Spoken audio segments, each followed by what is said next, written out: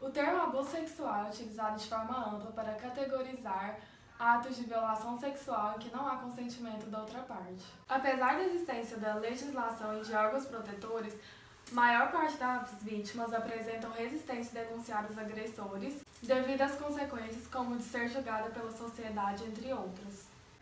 O estupro é o tipo mais grave de abuso sexual e é caracterizado pela violência física ou psicológica, no qual o agressor ameaça a vítima para satisfazer o seu prazer.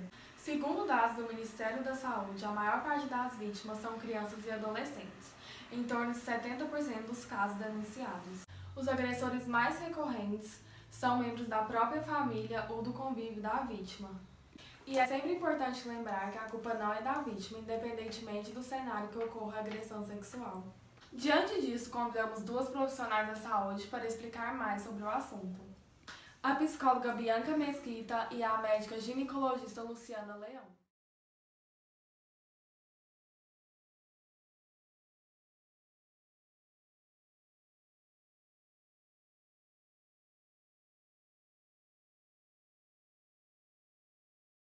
O que é violência sexual e em qual ocasião pode ser considerada abuso? Segundo a Organização Mundial de Saúde, violência sexual é qualquer ato ou tentativa de um ato usando força, repressão ou até ameaça. Ele pode ser feito, ele é considerado violência sexual independente do grau de parentesco ou de relação da vítima com o abusador e independente do cenário também.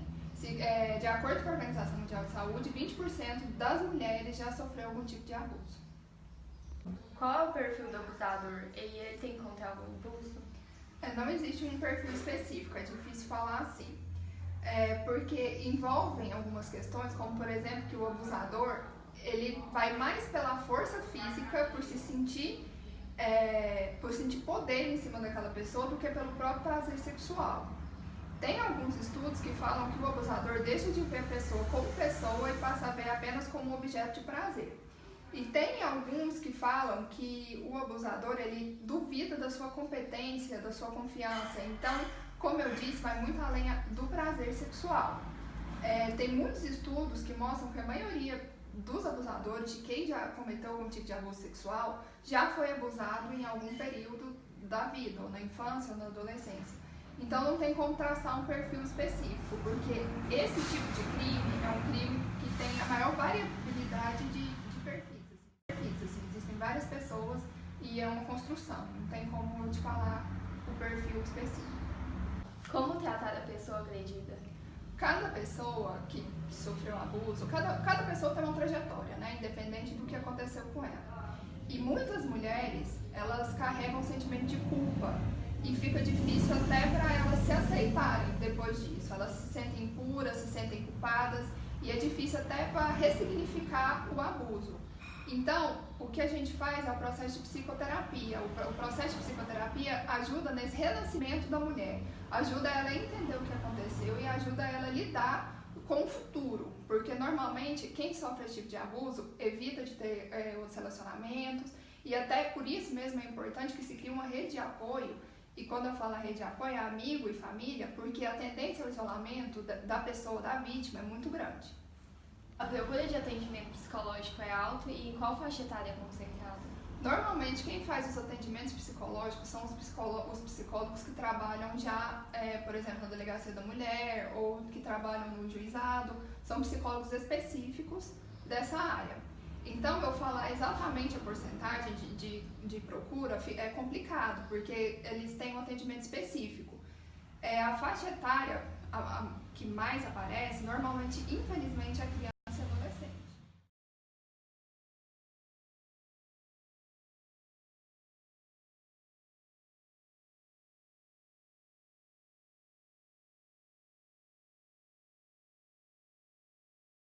Para haver abuso sexual, tem que ter necessariamente a penetração?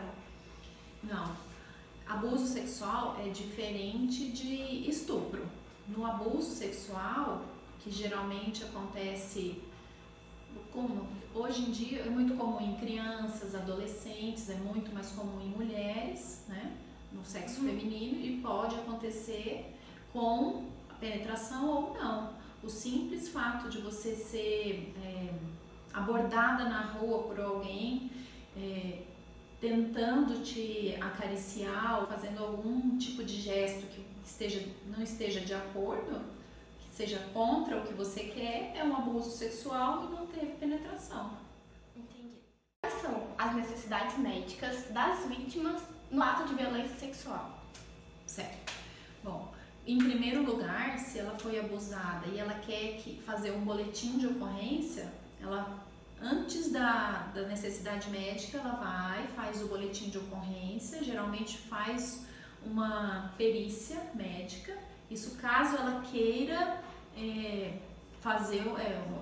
cometer um processo em cima de quem realizou o abuso sexual. Caso seja apenas a parte médica, ela procura um atendimento de saúde, seja pelo SUS ou se ela tiver um plano de saúde pelo convênio. O médico vai conversar com ela, porque além da parte física, tem a parte psicológica, que eu acredito até que seja a pior. Então, faz toda uma anamnese da paciente, vai examinar fisicamente se houve a penetração. Caso ela vá entrar contra a vítima, geralmente tem que colher o material para enviar para análise, para ver questão de DNA, se não souber quem foi. Colher exames de doenças sexualmente transmissíveis e fazer toda uma prevenção de possível doenças sexualmente transmissíveis e outras. A propósito, doutora, é possível contrair doenças sexualmente transmissíveis e quais seriam essas doenças? Sim, se for um abuso onde teve penetração, é possível contrair uma série de doenças. As mais comuns e as que a gente tem maior critério na hora de cuidar é HIV e as gonorreia, sífilis, hepatite B, hepatite C, até tétano já foi visto em casos de abuso sexual. Essas são as mais prováveis. No caso, toda vítima não abuso, aí seria estupro mesmo. Ela tem que colher os exames para ver se ela tem alguma doença, porque ela vai colher no ato, vai entrar com a profilaxia, que são as vacinas. Se ela não tiver vacina da hepatite B, ela tem que fazer. Se ela não tiver vacina antitetânica em dia, também ela tem que fazer hepatite B antitetânica. E aí ela faz também... Os outros são exames e começa já o tratamento, a profilaxia do HIV e também das DSTs, porque se ela não sabe que a pessoa tem, ela tem que prevenir. Vai tomar medicação anti-HIV, se não me engano, por 28 dias e ainda tem outros 3 antibióticos que ela tem que tomar para prevenção das DSTs, da gonorreia, da sífilis, da clamídia, que eu tinha esquecido de falar. Que também tem o HPV, que pode ser transmitido no ato do estupro e só depois de anos é que vai descobrir, porque é uma doença que fica ali por tempos sem ser descoberta. Se não der cuidado, não escolhe. É isso mesmo, se não colher prevenção e não continuar cuidando depois do abuso, do estupro, você tem que continuar nas suas consultas anuais, porque existem doenças que vão aparecer só lá futuramente. Então não é só aquele exame do dia. Posteriormente você ainda tem que continuar avaliando. Então é um problema que vai perdurar por anos na vida daquela mulher. Então a senhora indica fazer o exame cotidianamente. Então toda mulher, vítima de estupro ou não, mas que tem vida sexual ativa às vezes e que não se previne, tem que fazer anualmente. Certo? Agora aquela vítima de estupro que teve aquela relação ali inesperada com um desconhecido que a gente não sabe qual doença que ele é portadora, aí ela tem que ter esses cuidados aí com um período de tempo menor. Certo? A procura de atendimento é alta e está concentrada em qual faixa etária?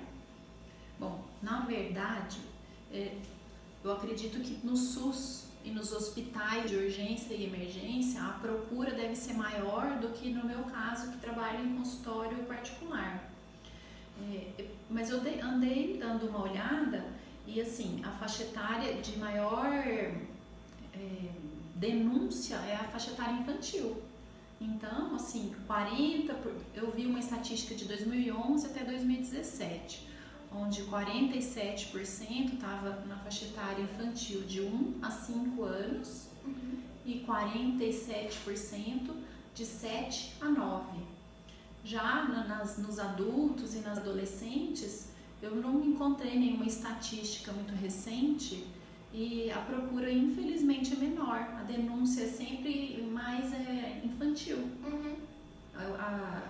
Eu acredito que tem que ter uma campanha maior em relação a abuso, não só a estupro, a abuso e estupro.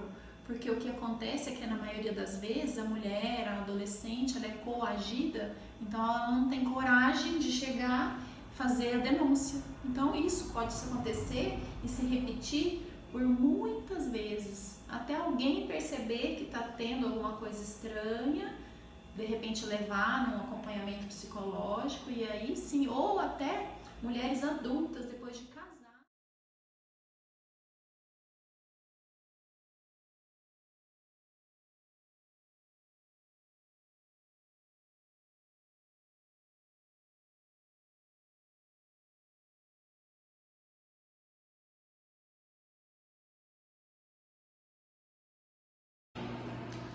Oi, meu nome é Ana Luísa, tenho 17 anos e eu passei por uma situação de assédio na rua 2 anos atrás. Quando eu estava andando na rua e passou uma pessoa de moto e me deu um tapa na bunda. Tipo assim, foi muito forte. E no momento você não sabe o que você pensa, sabe? Você só quer chorar, você não consegue pensar em mais nada. Mas a sorte foi que tinha uma prima comigo e a gente conseguiu anotar a placa da moto. E aí eu cheguei em casa correndo, depois de ter sentado na rua e chorar, porque tipo, real, você fica desesperado, você não sabe o que fazer. Aí falei pra minha mãe fez pouco caso no começo, mas aí ela teve que ligar pro meu pai pra ver se compensava eu fazer B.O. E meu pai falou assim, não, lógico que você tem que ir.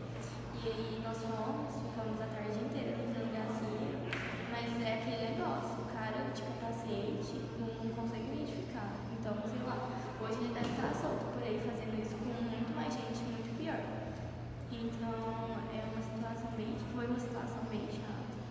E fora isso, que não só eu, mas muita gente passa, tipo, passando na rua e cara de carro mexe, de moto, pessoa normal, e a gente sente medo, querendo ou não, de andar na rua. É uma situação bem ruim. E o que eu passei, eu tenho trauma por causa disso. Quando eu cheguei na delegacia, tinha muitas mulheres que contam casos parecidos, sabe? Cada uma sofreu o assédio de algum jeito. Teve uma mulher grávida que ela estava caminhando e o cara bateu nela, sabe? Tipo assim, mulher grávida. E eu acho que eles fazem pouco caso com esse tipo de assunto, sabe? Porque é igual quando estavam todas essas mulheres reunidas na delegacia, coincidentemente, no mesmo dia, um policial chegou e olhou pra gente, olhou assim com descaso, falou assim, nossa, mais uma? Tipo assim, nossa, mais trabalho pra mim, nossa, mas que assunto chato, sabe? Como se ele não se